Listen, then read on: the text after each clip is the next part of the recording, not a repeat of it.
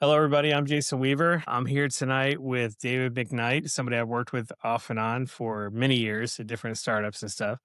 And just the other day, we were discussing hiring and hiring salespeople and how challenging that can be, especially in today's market. We are mutually aligned on a bunch of different topics around hiring, and David's an expert at it. So much so, when I was CEO and founder of Shoutlet, we had him right in our office hiring salespeople and recruiting for us. David has also worked with me at a bunch of startups, as well as been a CEO himself of a big company, and also COO and CFO, many different capacities at C level. So, David, the other night we're hanging out at my house. And we're talking about all the challenges with hiring and stuff, and you started to tell the story about Shoutlet and how that was hard because we were in a different category. I thought maybe you could kind of tell everybody how that came about. You had a great story behind it, and I'd forgotten about it. Yeah, it was a completely new product. I mean, even social media at the time wasn't even all that well known. Trying to pull from experienced salespeople that knew what they were doing was almost impossible and didn't have the budget to really go out and try to like scour the country for the best. So I focused on finding the people from Madison, and I was really focused on people that had the ability to sell and learn very, very quickly. Had a very open mind about a startup and being part of a startup, and almost to the point they were pumped up and excited to be about it because there was going to be a lot of work to getting this thing going. And I think that's what we did. We were able to find a lot of very excited, but all kinds of different ages, even people that were ready to roll up the sleeves, learn the product, and get on the phone and start talking to people. Yeah, you remind me of that period because we were in a new category. So for the viewers that don't know about Shoutlet, I was the founder of that company, and it was a social media marketing platform. And at the time, it was like we're speaking Chinese to people; they had no idea what we were talking about. And so there were adjacent industries that I think you looked at for finding those folks. But how do you talk somebody into that? Like, hey, nothing like this exists before, but trust me, it's going to work out. How do you? Well, there's obviously a bit of a leap of faith, Mhm. So you just talk about the company, you talk about the vision, you talk about the leaders that are in place. And I just found people that were really excited by taking that chance. And of course, I ran into people that were like, there's just no way they were going to be able to do it. Uh, but the ones that were asking lots of questions, that had a lot of energy, s- hung in there through the whole process. And we put them through an intelligence test, we put them through a Mhm. behavioral test. We did everything we can to make sure we understand that person. So they knew we were serious about trying to find the right people. Yeah, I remember that part. You had a really defined process there. But one of the things I think I enjoyed about it as I was going out there fundraising, doing stuff, and building the product is you didn't waste our time. You filtered out people, you tested them, et cetera, and only at the chance where we wanted to meet them, you like put them on a silver platter. Like here's the five best ones I found. And from my experience, working with recruiters and HR and those kind of folks, they used to just send anything that was stick to the wall, right? And Right. so maybe you can talk about your process and some of the tests and stuff you put together for them. Yeah, I do think it's a bit of a problem in the industry of finding the warmest body and it's almost like a race to get the candidate out there and let the let the customer figure out if it's the right one. I just took a different approach. I mean, I ran companies myself. I didn't want to give you somebody that I wasn't going to hire. And Yeah, so big difference. every single candidate I would have put on my team too. So I think there's only like one or two that you guys really wasn't a good fit. And you know how that something that things open up and during the interview process, they meet more people and you learn a little bit more. Well, and just for the audience, when he says there's one or two that weren't a good fit, like one of them had like a criminal record. Yeah. It was not like he would identify that ahead of time. So we get down to the references and all that stuff. But you did a great job. We filled up our pipeline and hired a bunch of people quickly because we just taken on some serious funding. So Including a VP of sales, a leader for the team. So you asked me to sort of help sort of mother them for a little while, for a few weeks, and then brought in the lead, and he took off, and he didn't have to worry about the next hires. I was just going to give him a good candidate. So yeah, I think that's something to talk about too. Both of us work with all kinds of companies, big and small, and startups, et cetera. And when we were hiring, I think you're talking about Eric Christopher. When we were hiring him, who's still an amazing person, a good friend of mine, so our VP of sales, he was a player coach, and I think that was a unique challenge as well. there's the VPs of sales that are just theory and process and that. Then there's like the people on the ground with the boots on the ground that go out there and sell stuff. And we need somebody who's in the middle that could, be a player coach, right? Be in the basketball game and also coach the team and build it up. How did you manage finding somebody like that?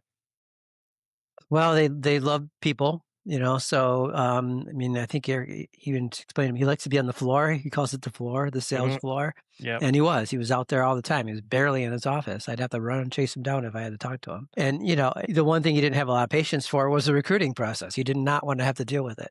That's true.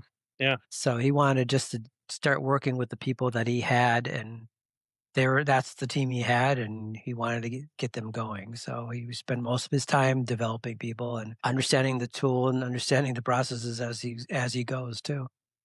Yeah, that's interesting, right? I got to ask you a direct question. Why do great candidates hate working with recruiters? Well, it depends on the recruiter. I think most don't know what they're talking about, right? It's Yeah. very difficult to get the real information out of them. You can tell they barely know enough about the role or the company. And that's what a good candidate wants to know. They want to know about culture. They want to know about what the leader's like. They want to know what the owner slash CEO is like. And so when they run the roadblocks there, they get frustrated and pray to God somebody else is going to tell them.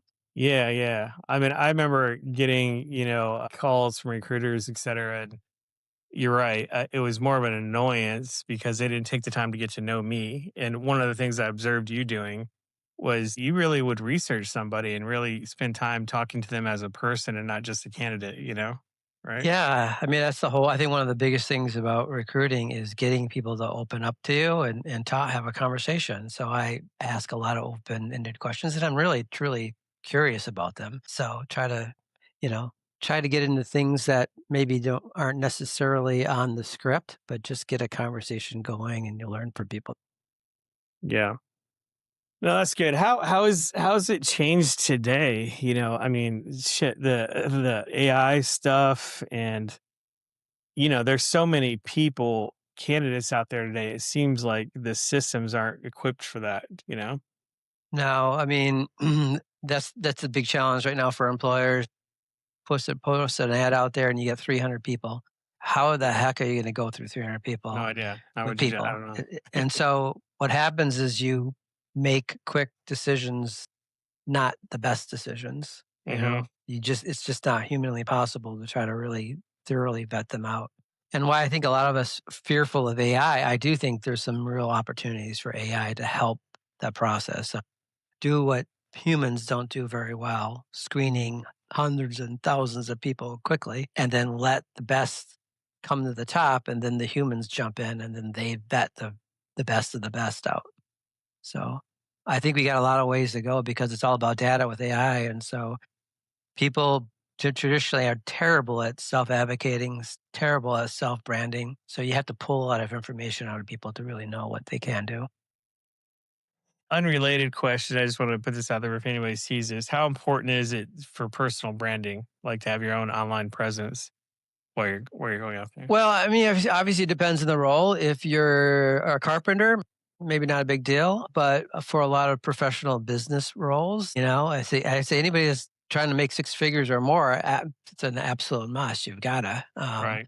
I would say even 75,000 and more. I think it's really important to be able to think about what that is and brand. And I think a lot of people make the mistake of like they think they can do a bunch of things and they probably can, but it's very difficult for a recruiter to like look at somebody that says I can do 10 things and then put them what did they do with that? It almost looks like they're not really an expert in anything. Right. And they hire experts. That's what they're there to do is try to find the expert. Right. Hmm. Yeah, that's good. Well, when we go on for this for hours, but I want to have another episode with you later on some of the things we talked about today. What advice would you give for companies looking to get candidates now? And then, likewise, the second part of that question: if you're looking to get a job and you're going to try to stand out between like 300 or 400 candidates, what advice would you give to the candidate? Yeah, well, for employers, I think it gets back to being really clear on what they want. I mean, I think a lot of job descriptions today are terrible. Hmm. I think it's important for employers to be very clear on thinking about what do they want from that candidate the next 3, 6, months to a year. What specific goals do they want to accomplish, and be very, very clear about that, so that the candidate walking in isn't surprised by what they're being expected to do. So I think it starts with the employer being extremely clear about what they need and not a lot of the fluff. Um, and I really do believe that good people can be trained to do just about anything: attitude, interest, behavior, propensity to do a job, the communication. All of those things are more important, in my opinion, than knowing one piece of technology. For the candidate, back to what we just talked about doing a better job with self branding, realizing that if you're just going to go to the job board, that's like the lottery game. You're not going to win it usually. Yeah, I know. Yeah, right. Good advice. So there are other approaches, reaching out to the employer, finding out who that hiring manager is, initiating a conversation. I've had hiring managers says, "Oh, I'm so thankful you called me directly. I was so tired of HR and what they were sending me, and you're the perfect, fit." Yeah. So I think it's important that they take a little most for most roles, professional roles for sure, take more of a proactive approach to reaching out to employer, standing out, thinking about how employers are looking, LinkedIn profile and other things. But believe me, I've never hired anybody because of a great resume. Never. Yeah. That's So good. you can Yeah. spend a lot of money on a resume. Seen people spend thousands of dollars on a resume. Is in itself is not going to do it. Mm, yeah. No, that's good advice. So I know that you're busy, but people are going to see this video. Are you open to who would you want to work with? Are you open to taking new clients? Yeah, absolutely. I mean, from the employer side, I think my value proposition is better on the higher level roles, executive roles, any C-level role, accounting, HR. All those roles I've actually done myself, so Hmm. a bit of a different approach. Hmm. And I've hired a lot of my own replacements, so I think Yeah. I can do that. I'm also, you know, the manufacturing industry is where I've cut my teeth for the most part, construction as well. Hmm.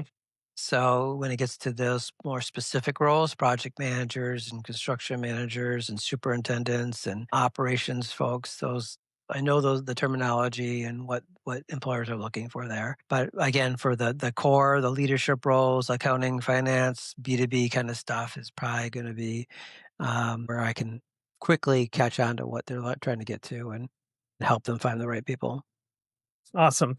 Well, I appreciate you doing this tonight. We're testing this podcast platform, which is great. I will put David's contact information. We'll start with you, David, at the end of this video. Appreciate it. If anybody wants to get a hold of you, and likewise, people know how to get a hold of me. But we'll post this on YouTube and LinkedIn and stuff, and hopefully, it'll help some people. So I appreciate your time. Well, thank you very much, Jason. Appreciate it. All right, see you.